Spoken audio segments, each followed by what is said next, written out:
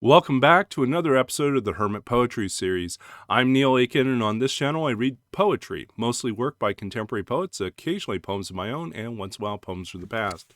Today's poem comes to us, from me, from my second book, Babbage's Dream, published by Sundress Publications in 2017. I'm going to read a poem, in part for Father's Day. You'll see how that works out. My father does appear in this poem. It's also part of a series of poems that take programming or technological terms and reimagines them as lyric poetry. My goal in a lot of these poems is to simultaneously find a way to imagine, to describe through image and metaphor, the actual function or the idea, the technological idea or the programming term, as well as to in some way enact it or embody it. And so in this case, I'm reading a poem entitled Memory. And a lot of the metaphors used in here, references in here, are actually two ways in which we are taught or conceive of memory within the world of computer programming, with some poetic license in here as well, but also thinking about memory in general. Memory. In the past, we wrote things down on cards, made a braille of absence, holes where something should be known or recalled. We constructed stories out of old addresses, linked numbers together in a chain, assembled a patchwork hovel from whatever was left over. Discarded newspapers, broken frames, loose bits of hair and clay, wooden planks and nails, until it rose like a large tenement filled with transients and strangers and tattered clothes with tattered names.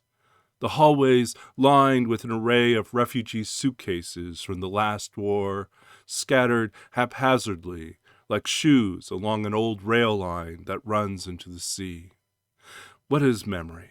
And who is it that slips in at these odd hours, working late into the night, to compile a map through this hoarder's den of detail, this warren of notes woven into a tapestry of cricket song and firelight, and every moment we've buried in the name of loss and compassion?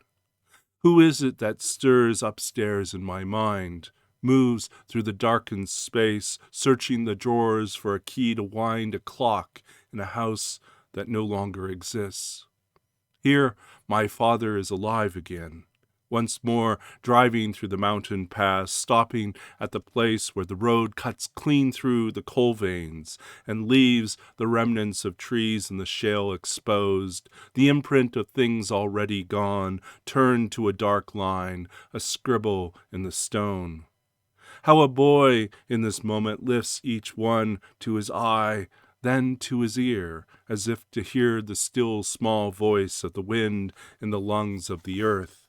When I wake, there is always a silence that slips through the walls at dawn, lurks in the middle drawer of a small chest in my room, where a machine rests unmoved, its tape unheard, though it holds all that remains of my father's voice, now the sum of mere data, the magnet of the world endlessly inscribes and then lets go.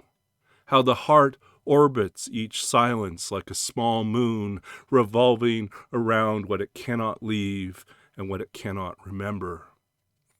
And that's for my father, who passed away in 2007, but continues to have a presence in my life and in my work, and to whom I am eternally grateful for all that he gave me in terms of his love of knowledge and literature and language, and his desire for me to go out and seek after these things. I'm grateful for the power of language, literature, and poetry, for the voices that gave us our voice and inspire us to move forward. I'm grateful for this channel and the opportunity to share these poems. And I hope that in some small measure, you are inspired as well to find opportunities to celebrate the work of others, to celebrate your own work and to celebrate the voices that led you here to this present moment, to write, to engage, to imagine, to create, whatever it is that you are doing at this moment or in the moment to come. I'm grateful for all these things, and I hope that you take this moment as well to find joy in the things that you're doing, to look forward in your life. I'm grateful for the ways in which the world is opening up again.